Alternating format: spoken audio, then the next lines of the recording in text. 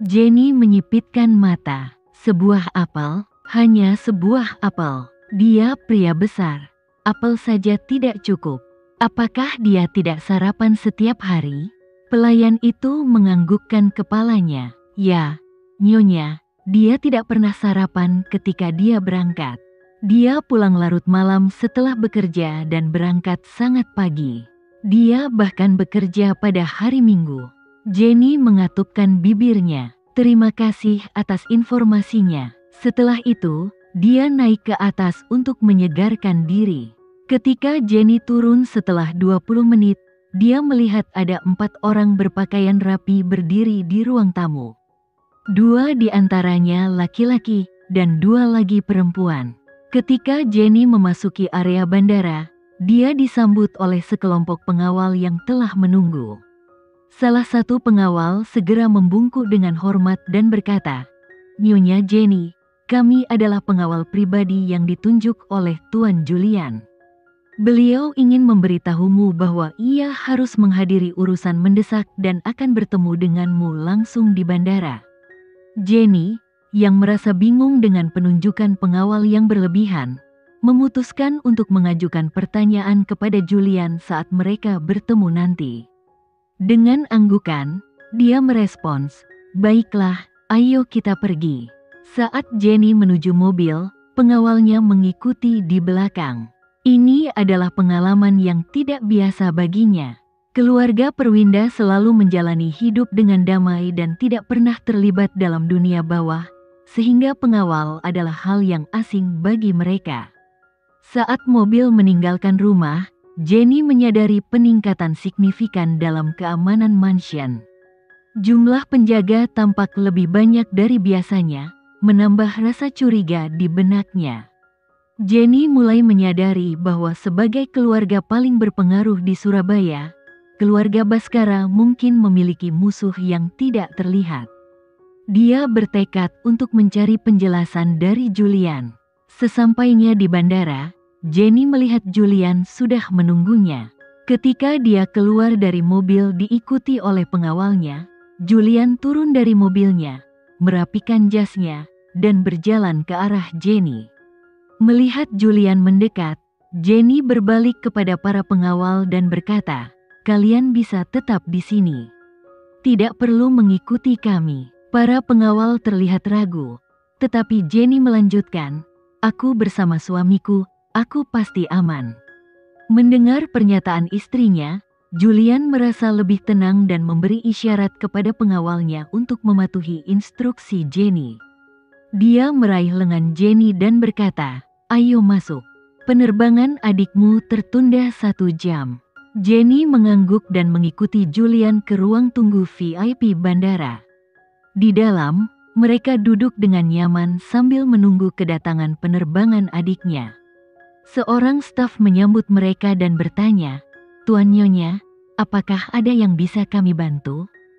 Sebelum Julian sempat menjawab, Jenny berkata, "Ya, tolong buatkan sarapan untukku." Staf tersebut mengangguk dan pergi. Sementara Julian bertanya, "Kamu tidak sarapan hari ini?" Jenny membalik halaman majalah dan menjawab, "Aku berbeda darimu. Aku tahu cara menjaga kesehatan. Sarapan itu untukmu." Julian tersenyum, menyangka Jenny memesan sarapan untuk dirinya sendiri, padahal itu adalah pesanan untuk Julian. "Tapi aku sudah makan," katanya. Jenny bertanya dengan penasaran, "Sebuah apel, ya? Seberapa besar apelnya?" Julian kebingungan dengan pertanyaan itu. "Apa maksudmu?" Jenny menjelaskan, "Apel sebesar itu pasti membuatmu kenyang dan melewatkan sarapan. Bukankah begitu?" Julian menyadari maksud istrinya dan merasa perlu lebih memperhatikan makanannya. Staf kembali dengan nampan penuh makanan. Setelah menempatkan nampan di meja, staf berkata, "Bu, sarapanmu."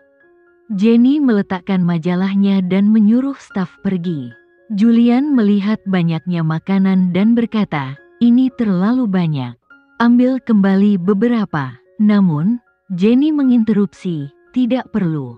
Biarkan saja dan pergi." Setelah staf pergi, Jenny menyerahkan piring makanan kepada Julian dan berkata, "Mulai makan.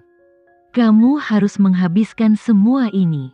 Julian merasa tertekan dengan jumlah makanan yang begitu banyak. "Tapi ini terlalu banyak. Aku belum pernah makan sebanyak ini." Jenny, sambil mengambil majalahnya kembali, berkata, "Lain kali kalau kamu melewatkan sarapan, aku akan membuatkanmu sarapan untuk 3 hari sekaligus. Sekarang mulai makanlah." Julian menghela napas dan mulai makan. Dalam waktu 10 menit, semua makanan di piringnya telah habis. Jenny mengamati dengan hati-hati, merasa bahwa ketatnya dia terhadap Julian adalah bentuk perhatian dan kepedulian. Meskipun pernikahan mereka penuh dengan syarat dan ketentuan, dia ingin memastikan suaminya sehat. Saat Julian mencoba mengambil lebih banyak makanan, Jenny menghentikannya dan berkata, "Cukup. Kamu sudah belajar pelajaranmu." Julian merasa tak berdaya tetapi puas, menyadari betapa istimewanya dia bagi Jenny.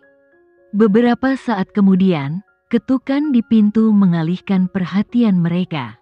Rafael masuk dan menginformasikan, "Tuan Nyonya, pesawatnya telah mendarat."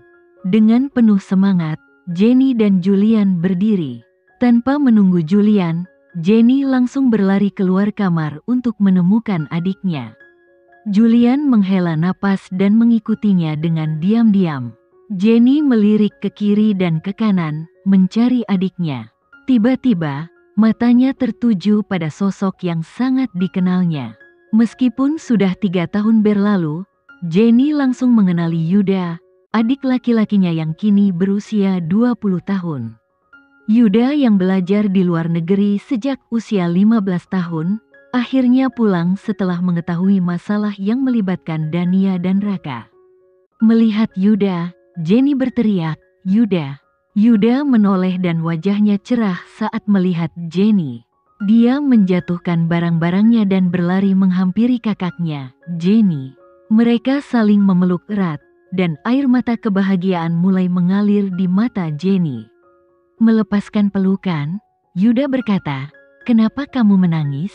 Aku sangat merindukanmu." Jenny mengusap air mata Yuda dan berkata, "Konyol, aku juga merindukanmu.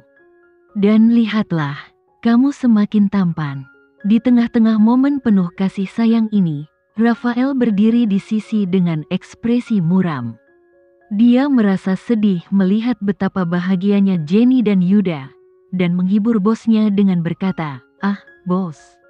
Nyonya hanya sangat emosional karena bertemu adiknya setelah sekian lama.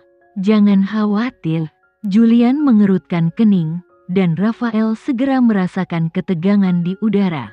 Dia diam-diam berharap agar bosnya memperhatikan momen bahagia ini.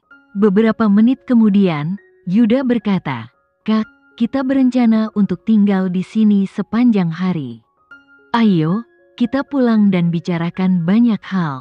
Namun, sebelum Yuda menyelesaikan kalimatnya, matanya tertuju pada seorang pria yang berdiri di belakang mereka dengan tangan di saku. Dalam sekejap, Yuda mengenali pria itu sebagai Julian, idolanya. Dia terkejut dan menepuk adiknya, yang membuat Jenny menoleh ke arah Julian. Saat Jenny menoleh, dia melihat ekspresi terkejut di wajah adiknya dan langsung bertanya, "Ada apa, Yuda?" Yuda menggenggam tangan Jenny dengan gemetar dan berkata, "Kak, cubit aku. Apakah aku berhalusinasi atau Julian benar-benar berdiri di belakang kita?" Mendengar nama Julian, Jenny segera menoleh. Melihat ekspresi dingin suaminya, Jenny menelan ludah dengan gugup. "Ah, aku iri sekali pada orang yang dijemput Julian. Aku benar-benar ingin tahu siapa dia," ujar Yuda sambil meremas tangan Jenny. "Dia sedang menatap kita, jadi bersikaplah normal, Kak." Jenny merasa terjepit di antara semangat adiknya dan keseriusan suaminya. Julian, yang menyadari tatapan istrinya, memperhalus ekspresinya menjadi lebih lembut. Dia memberi isyarat kepada asistennya untuk menyiapkan mobil sebelum melangkah mendekati Jenny. "Yuda, yang merasa gugup melihat idolanya, bertanya pada Jenny, "Kak, bagaimana penampilanku? Apakah aku terlihat baik? Aku harap aku tidak terlihat lelah setelah penerbangan panjang ini." Jenny menatap adiknya dengan campur aduk. Dia khawatir tentang reaksi Yuda jika dia mengetahui bahwa Julian datang untuk menjemputnya. "Tenanglah, Yuda," ucap Jenny, menarik napas dalam-dalam. Belum sempat Jenny menyelesaikan kata-katanya, Julian sudah berdiri di depan mereka. Mengusap lembut rambut Jenny, Julian berkata, "Aku sudah menunggu cukup lama." Jenny berkedip beberapa kali sebelum menjawab, "Maaf telah membuatmu menunggu." Dia menunjuk ke arah Yuda dan melanjutkan, "Ini adikku, Yuda." Lalu beralih ke arah adiknya, dia memperkenalkan, "Yuda, ini Julian, suamiku." Yuda terkejut, seolah kakinya tidak bisa bergerak. Ia ingin berkata sesuatu, tetapi tenggorokannya terasa kering. Dia hanya bisa menatap Jenny dan Julian dengan rasa tidak percaya. Julian mengulurkan tangannya kepada Yuda dan berkata, "Halo, senang bertemu denganmu." Seluruh tubuh Yuda terasa kaku. Malu dengan sikap adiknya, Jenny mengetuk keningnya sambil memandang dengan prihatin. "Kembali ke dunia nyata, Yuda," katanya, "ayo, jabat tangannya." Yuda akhirnya meraih tangan Julian dan berkata dengan penuh semangat, "Aku adalah penggemar beratmu. Kamu adalah idolaku. Aku tidak percaya aku bisa berjabat tangan denganmu." Julian tersenyum dan menepuk punggung Yuda. "Sekarang kita keluarga. Kamu akan sering bertemu denganku." Yuda menatap Jenny dengan ekspresi bingung. "Kak, bagaimana bisa kamu menikah dengan Julian? Aku ingat kamu seharusnya menikah dengan Raka."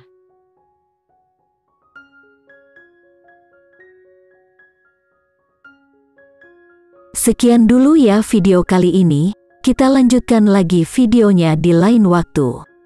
Oh iya, bagaimana menurut kalian?